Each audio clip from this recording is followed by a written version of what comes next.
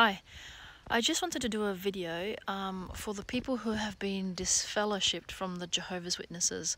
So just in case you're not a witness, to be disfellowshipped means that you are no longer allowed to talk to, socialize, eat with, ring, say hello to on the street anyone who is in the Jehovah's Witness community. So if you have been disfellowshipped, you've basically been deemed,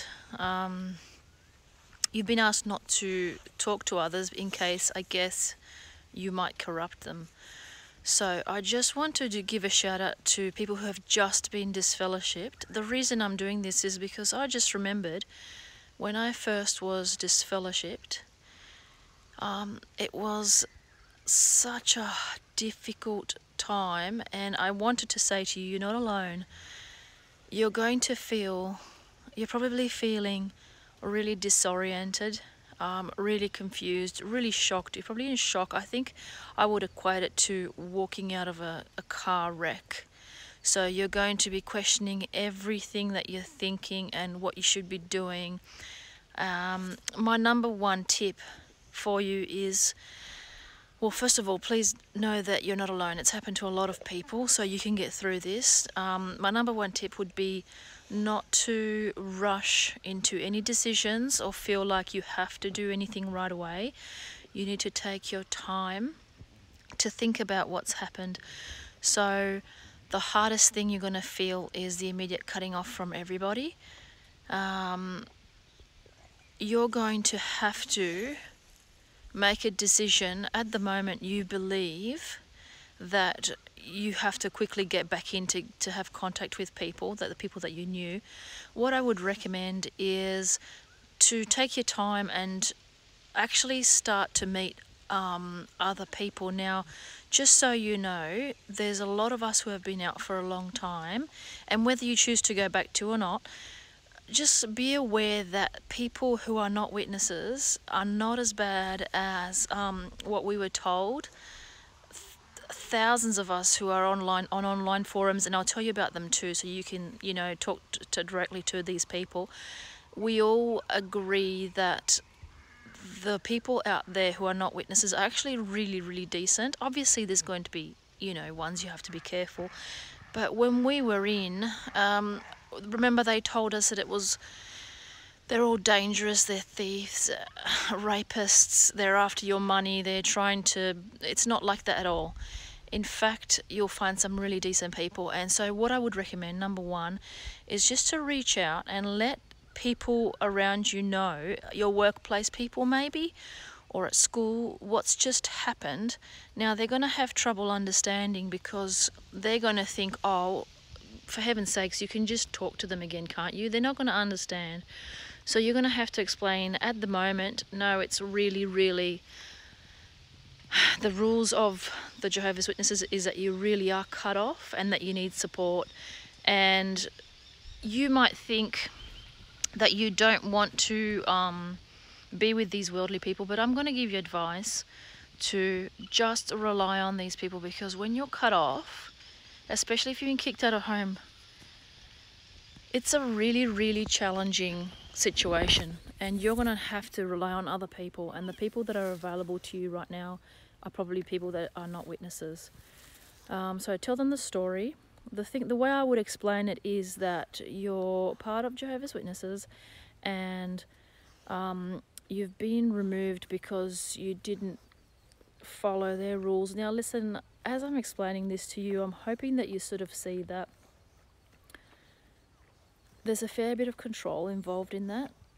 It's up to you, you need to process all this, but I need you to look up what it means when groups kick out individuals and stop them from talking to their family members and community. I want you to look up high control groups and have a think about whether that's something that is really detrimental to people. But anyway, look, you're going to have to do a lot of reading. So first of all, find somebody you can talk to. that will listen to you and let you explain. And people at work or at school are usually pretty decent people. Or maybe find a group. If you have no work or schoolmates, you might need to get into a local walking group. Use up an app called meetup.com and just look for people that are like-minded to you. So maybe you might like painting or a walking group or a biking group or something.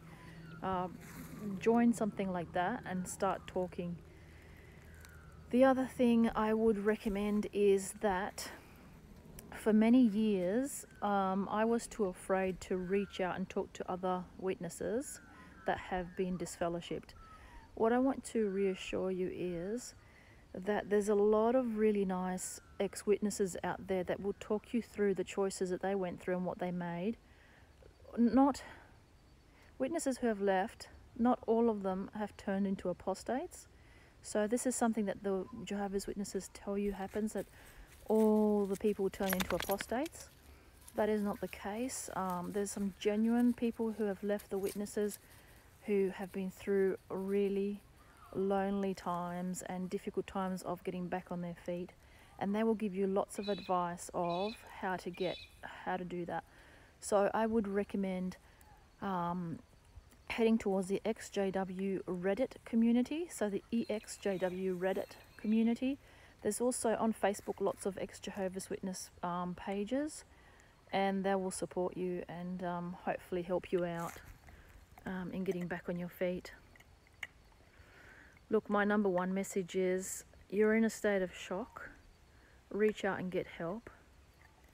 Don't rush any decisions. Think about what you're doing. And please don't feel ashamed.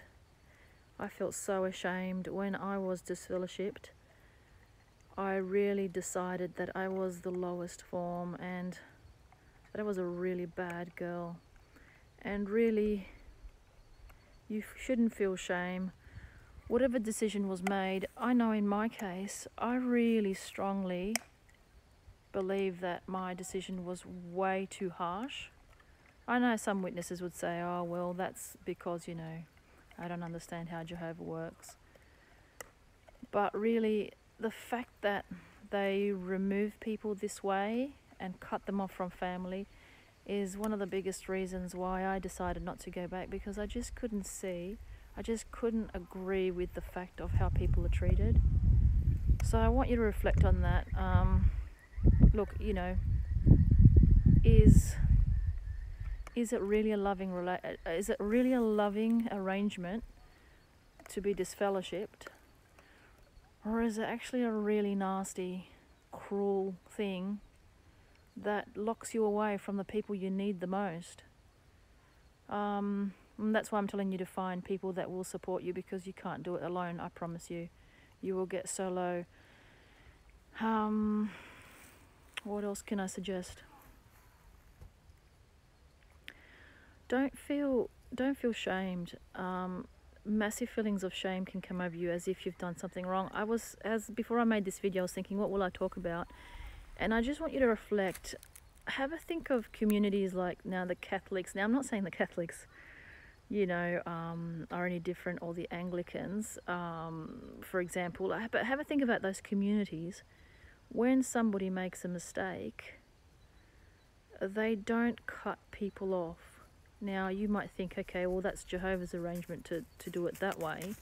But I'm just letting you know, don't cut... That's my dog. Just came up and jumped on me. They don't cut people off the way the witnesses do. And I just want you to reflect about how loving that arrangement is. And really, statistically, 2 out of 3 witnesses who are disfellowshipped actually don't return to the witnesses. And when we look online and I talk to these people, the majority of them realized that being disfellowshipped was not loving. It actually was the furthest thing. None of us can imagine that Jesus would have actually have done that. And so what we all believe is it's cruel, and we won't go back to such an organization. So have a think about that. Reflect on those things. Be brave and reach out to people. I'll give you some links in the description below. This is my dog who's chewing my hand. Bindi, sit. Sit. Be brave, reach out, and feel free to drop any comments here, but don't feel shame. The other communities would not cut you off and remove you like this. It's not your fault. You are not a bad person. I spent years and years thinking I was a bad person. You're not a bad person. Whatever system of judgment that you've entered into. So have a think about this. This is what I was thinking. So let's say you were born Anglican or Catholic. So into that religion. Now, if you did something wrong like what you've just done, you wouldn't get kicked out and removed. So I want you to reflect as... Is this something that's very specific to the witnesses? So does it make you a really bad person? So number one, for me, I felt shame for too many years. Do not feel shamed. Everybody makes mistakes, and you need to reflect that. You shouldn't be judged so harshly and shouldn't be kicked out and removed and cut off for making mistakes. You need help instead. And you know what? In all the years that I was out, I think it took something like 18 years for an elder to come and visit me and speak to me, and by then it was way too late for me. There is no way that I would accept anything they have to say to me, because that was so cruel how they treated me, and there is no way I can return to that organisation for it. It's just way too nasty. I just cannot imagine a loving God being like that. Look, there's other suggestions that I can make, but hang in there.